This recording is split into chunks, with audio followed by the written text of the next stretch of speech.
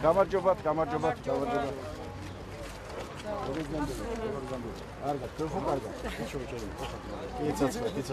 ერთი რამ მინდა ჩემო კარგებო გითხრათ. მე ძალიან კარგად ვიცი აქაური პრობლემები, თქვენი პრობლემები.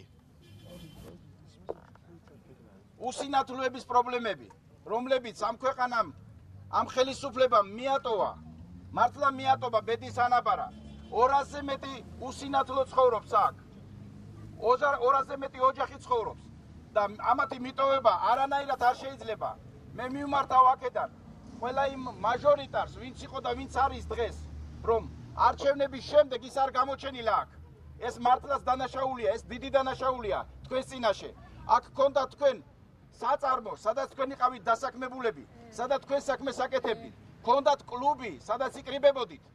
და ერთმანეთს უზიარებდით, თქვენ გაჭირვება იყო თუ დალხინება, ესეც წაგართვეს და გააქირავეს, როგორც მე ვიცი, იმ გაქირავებული თანხიდან თქვენ რაღაცა სარგებელი უნდა მიგეღოთ, მაგრამ ესეც არ გააკეთეს ამ ადამიანებმა. ერთი სიტყვით, ჩვენ ყველამ სახელმწიფომ უნდა იზრუნოს ასეთი ადამიანებისათვის, უნდა იზრუნოს და ამას ჩვენ გავაკეთებთ აუცილებლად.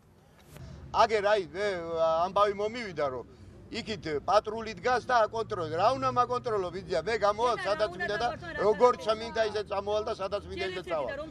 ფიქრის უფლებას პატრული კი არა, ვერავინ ვერ წაგვართვებს ჩვენ და რასაც ვიფიქრებთ ის დავაფიქსიროთ არჩევნებზე. უნდა გამოვიდეს სულ ყველა მაქსიმალურად, თორე საკუთარი ერის მომავალს უთხრით ძილს და საკუთარ შვილებს ჭრიტხებს თუ ჩვენ ნაციონალებს ვიცევთ ხმას. ვართ 4 უსინათლო, არასრულწლოვანი შვილი მყავს და არ გვაქვს ბინა.